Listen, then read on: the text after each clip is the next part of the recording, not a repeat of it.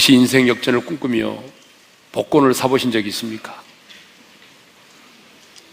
주유소에서나 물건을 살 때 나눠주는 즉석 복권 말고 인생의 대박을 꿈꾸면서 로또와 같은 복권을 직접 사본 적이 있습니까?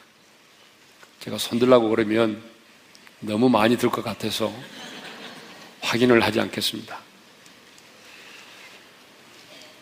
복권 중에 제일 인기가 있다고 하는 로또 복권, 그 1등에 당첨될 확률이 어느 정도인지 아십니까? 제가 인터넷 검색을 해보니까 그때마다 좀 다르지만 800만 분의 1이라고 합니다. 경기도 가평에 살고 있는 복권 수집가 문태주 씨는 1969년부터 지금까지 44년 동안 복권 300만 장을 샀는데 1등에 당첨된 적이 한 번도 없었다고 합니다. 주택복권 2등에 당첨된 적은 한 번 있었대요.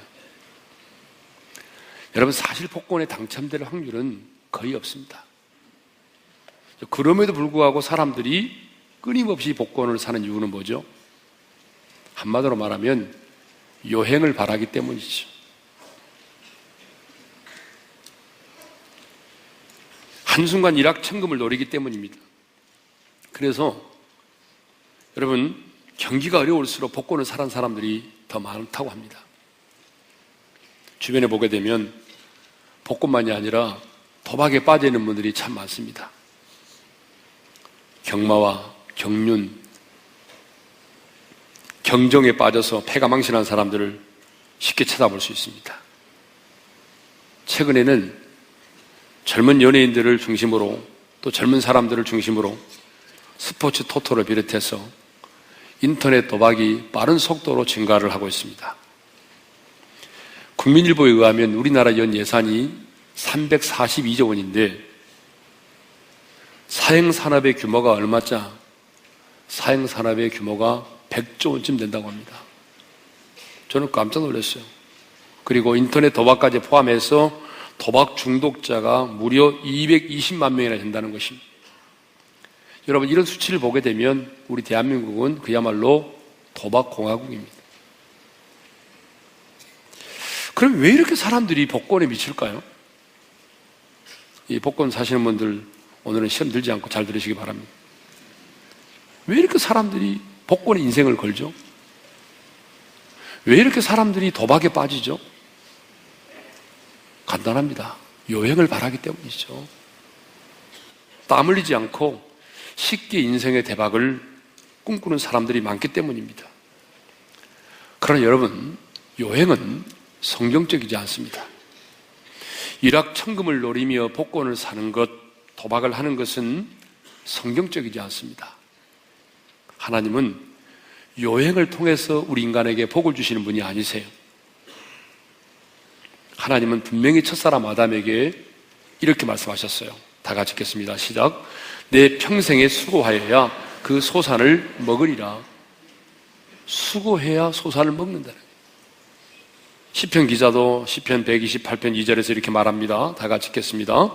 내 손이 수고한 대로 먹을 것이다. 사도 바울은 데살로니가후서 3장 10절에서 이렇게 말하고 있어요. 다 같이요. 누구든지 일하기 싫어하거든 먹지도 말게 하라. 하나님은요, 요행을 싫어하십니다. 하나님은 당신의 형상대로 지음받은 우리 인간들이 땀을 흘려서 수고한 대로 먹고 손이 수고한 대로 열매를 거두기를 원하십니다. 그래서 하나님은 자연세계와 인간세계와 영적인 세계에 무슨 법칙을 주셨어요? 심음과 거둠의 법칙을 주신 것입니다. 그런데 사람들은요, 우리 안에 있는 이 탐욕 때문에 심는 그대로 거두게 된다는 이 평범하고도 단순한 진리를 잊어버리고 살 때가 얼마나 많은지 몰라요. 무엇 때문에? 우리 안에 있는 탐욕 때문에.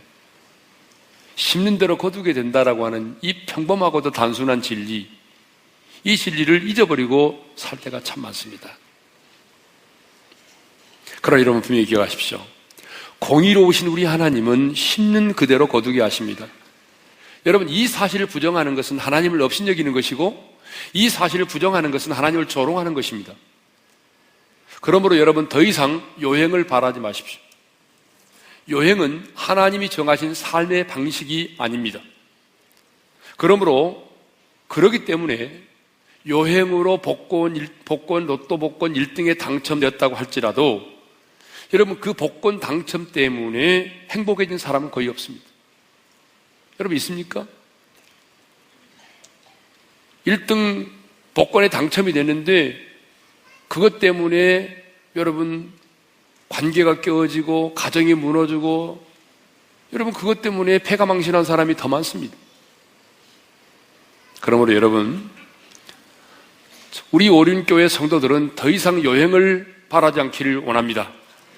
요행을 바라지 말고 오늘 주어진 내 삶의 현장에서 최선을 다하여 심을 수 있기를 바랍니다. 심고 거둠이 인생인 것입니다. 자, 우리는 이 땅을 살아가면서 우리의 이 생각과 우리의 이 말과 우리의 행동을 통해서 매일 많은 것들을 심습니다.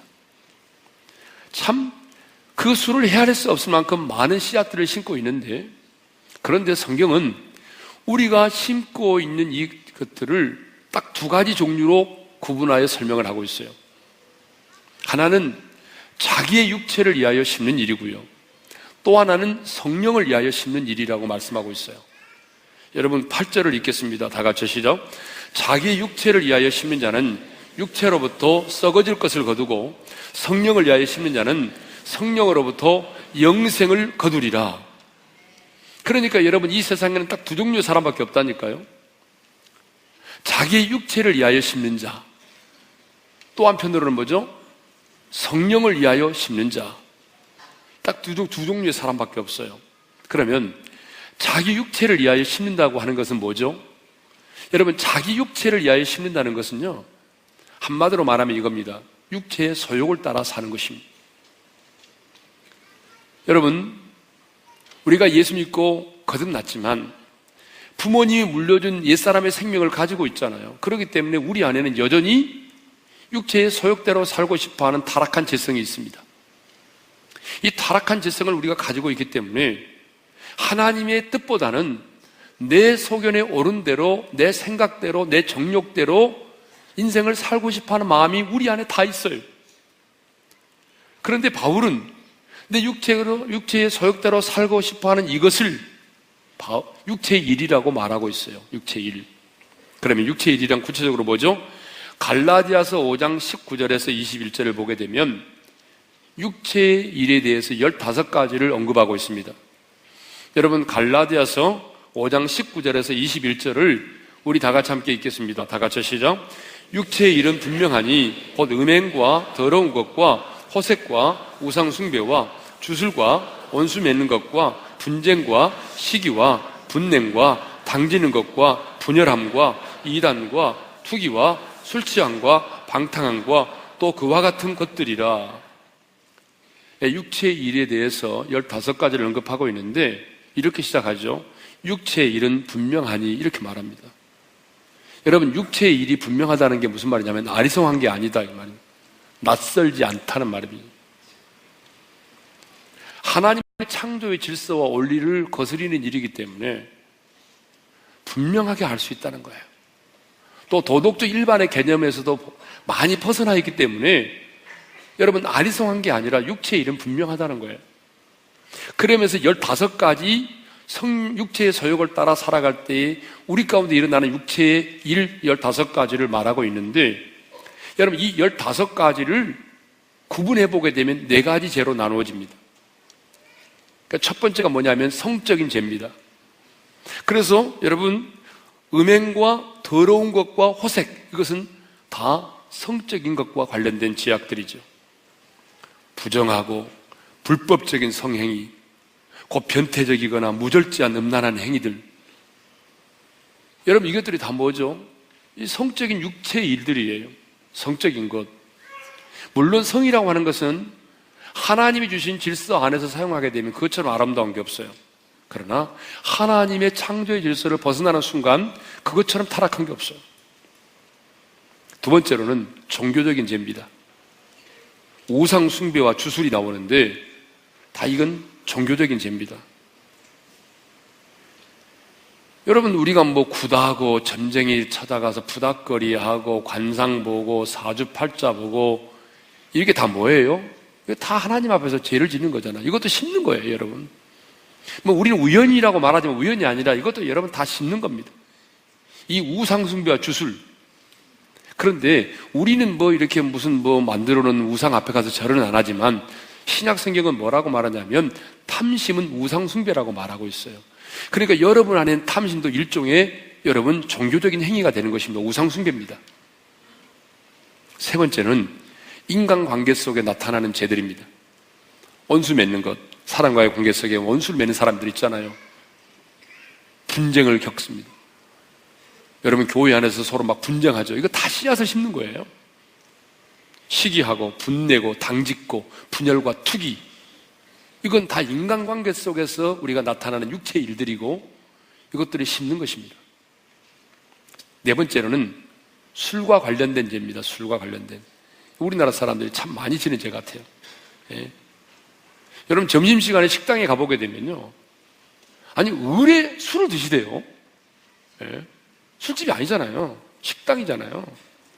근데 보면 의뢰 술을 드시고 어떤 때 이렇게 점심 때 가만히 식당에 가보게 되면요, 여자분들은 술을 더 드시는 것 같아요. 딱 앉으면 술을 찾대요. 당연히. 여러분 술 취함과 방탕, 술과 관련된 죄들입니다. 오늘 또 많은 사람들이 원수를 맺고 분쟁을 일으키고 시기와 분냄으로 파멸의 씨앗을 심고 있습니다. 오늘도 얼마나 많은 사람들이 술에 취해 방탕한 삶을 살아갑니까? 오늘 또 많은 사람들이 자신에게 주어진 그 소중한 시간들, 자신에게 주어진 그 소중한 물질들, 자신에게 주어진 그 귀한 달란트들을 여러분 자기의 육체를 위하여 심고 있습니다. 둘째로 성령을 위하여 심는다는 것은 뭐죠? 여러분 성령을 위하여 심는다는 것은 성령의 인도하심을 따라 사는 것입니다. 그런데 성령의 인도하심을 따라 살아가기 위해서는요, 반드시 뭐가 필요하다 그러면 영으로서 몸의 행실을 쳐서 복종시키지 않으면 성령의 인도하심 따라 살기가 어렵습니다. 그래서 바울은 로마서 8장 13절 14절에서 이렇게 말하고 있어요. 다 같이 읽겠습니다. 시작. 너희가 육신대로 살면 반드시 죽을 것이로되 영으로서 몸의 행실을 죽이면 살리니 무릇 하나님의 영으로 인도함을 받는 사람은 곧 하나님의 아들이라. 누가 하나님의 아들이라고 말하죠? 하나님의 영, 성령의 인도하심을 받는 사람이 하나님의 아들이라고 말하고 있습니다. 그런데 여러분, 성령의 인도하심을 따라 살기 위해서는 어떻게 해야 되느냐? 영으로서 몸의 행실을 복종시켜야 됩니다. 여러분 성경에 나오는 인물들 가운데 요셉을 예로 들면 여러분이 쉽게 이해가 될 것 같아요. 여러분 요셉은 형들에 의해서 애굽으로 팔려갔습니다. 형 그러지 마, 나 좀 살려줘. 그런데 형들이 죽이려고 하다가 죽이지는 않고 아버지를 속이고 애굽으로 팔아버렸어요. 보디발의 집에서 종살이 하는데 워낙 요셉이 준수하게 생겼어요. 그래서 그 동네 기부인들이 그 요셉의 얼굴을 보는 순간에 요셉이 사과를 깎으면 덜덜 떨었다고 그래요. 얼마나 준수하게 생겼든지. 그래서 이 보디발의 아내가 집에 있는 종들을 다 휴가 보내고 딱 단둘이 남게 했어요. 그리고 그 옷을 붙잡고 늘어져서 동침하자고. 근데 요셉이 내가 어찌 하나님 앞에서 이 죄를 지을 수 있느냐. 여러분 유혹의 자리를 박차고 뛰어나갔어요. 이걸 보고 어떤 사람은 요셉은 목석이구나 그러더라고요. 그렇게 묵상하면 안 돼요. 여러분 요셉은 목석이 아닙니다. 나중에 보면 애 낳고 잘 삽니다. 가장 성적인 호기심이 많은 나이예요. 가장 유혹이 많은 나이예요. 그런데 하나님이 두려운 거예요. 성령의 능력으로 유혹을 이겨냈던 거죠. 억울하게 누명 쓰고 감옥에 갇혔어요. 왕의 꿈을 해몽해줘서 이rak 총리가 됐어요.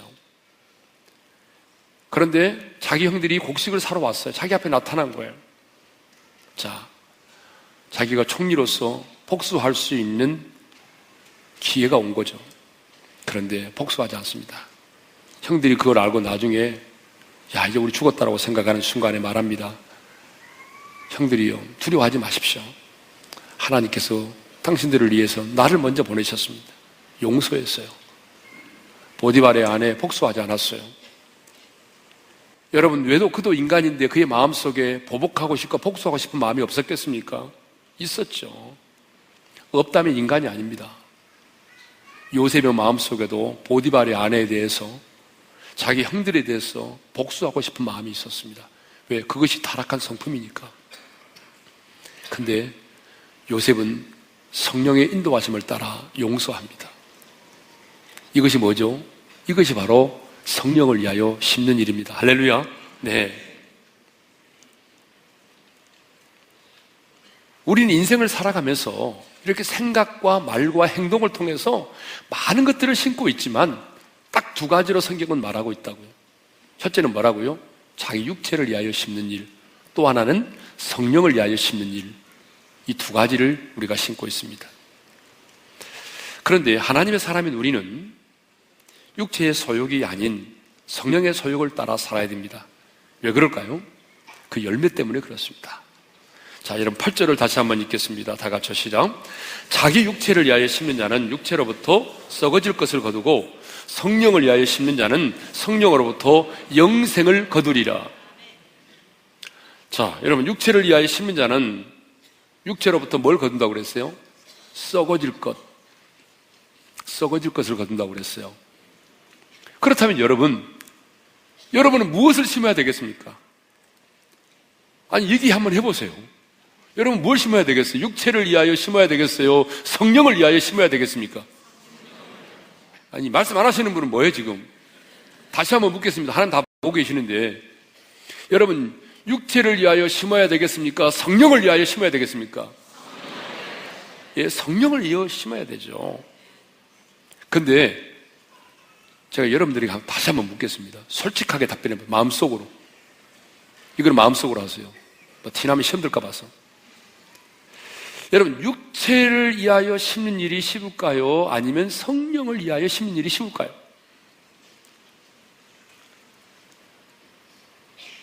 말 안 해도 다 알죠, 여러분? 육체를 위하여 심는 일이 훨씬 쉬워요. 성령을 위하여 심는 일이 훨씬 어려워요.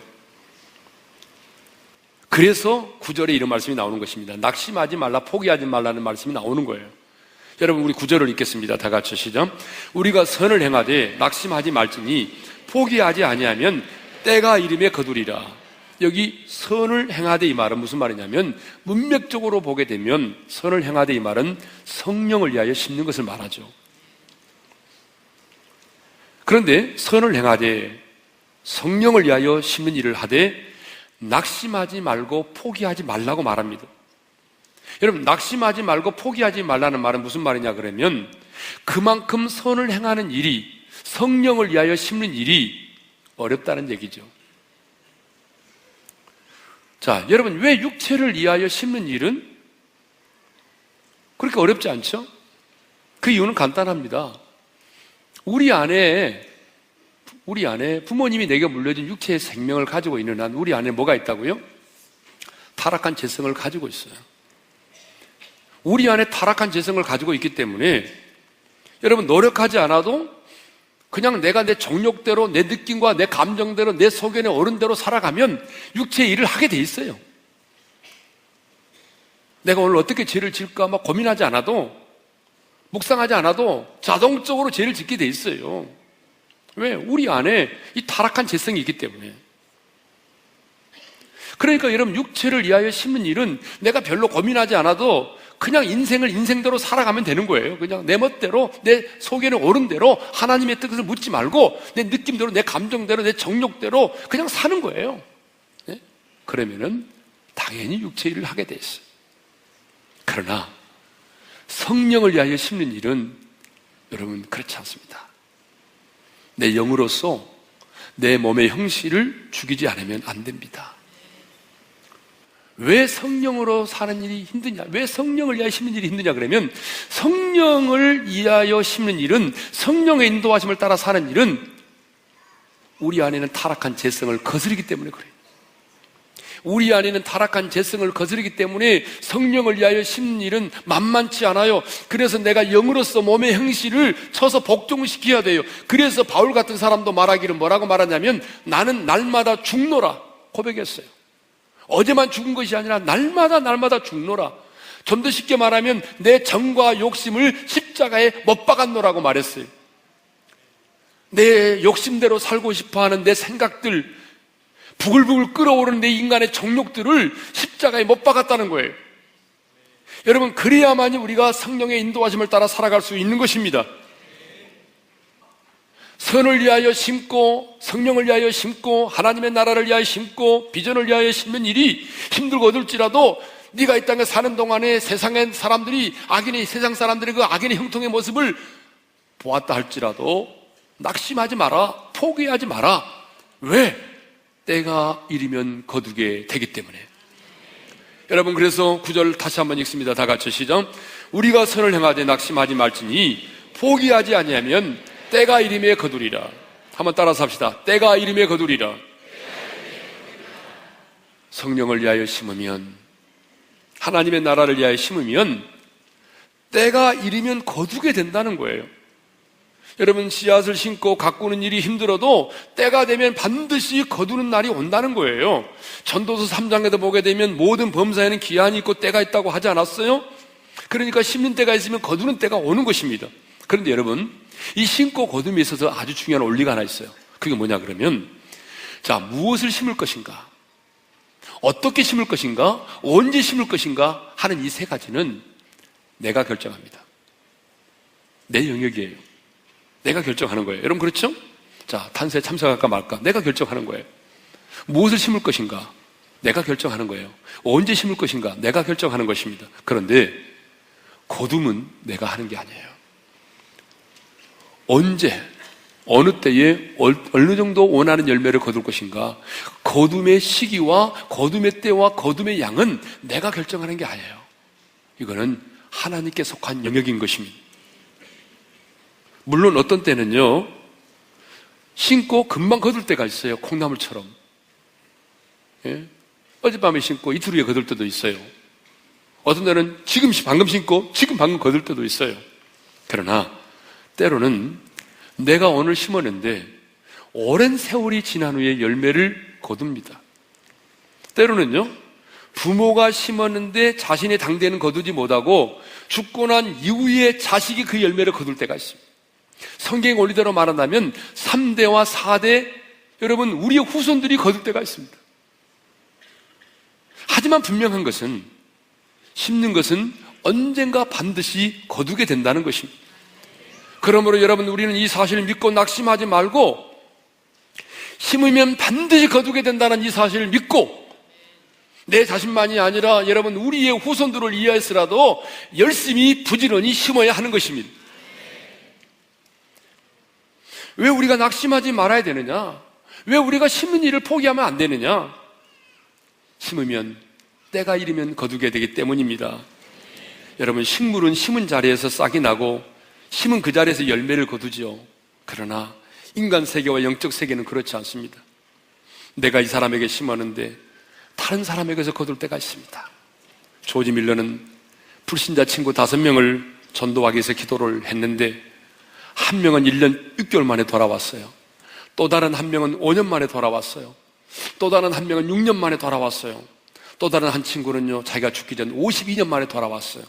또 한 명은요, 자기가 죽고 난 이후에 예수님을 영접했어요. 여러분, 그렇습니다. 심으면 거둡니다. 심으면 반드시 거두게 돼 있어요. 그러므로 여러분, 낙심하지 말고 포기하지 말고 끊임없이 육체를 위하여 심지 말고 성령을 위하여 심을 수 있기를 주님의 이름으로 축원합니다. 하지만 심는 일에도 기회가 있다는 걸 아셔야 됩니다. 여러분, 선을 행하고 성령을 위하여 심는 일에도 기회가 있습니다. 그래서 10절에 보게 되면 기회 있는 대로라는 말씀이 나오잖아요. 우리 10절을 다 같이 읽겠습니다. 시작.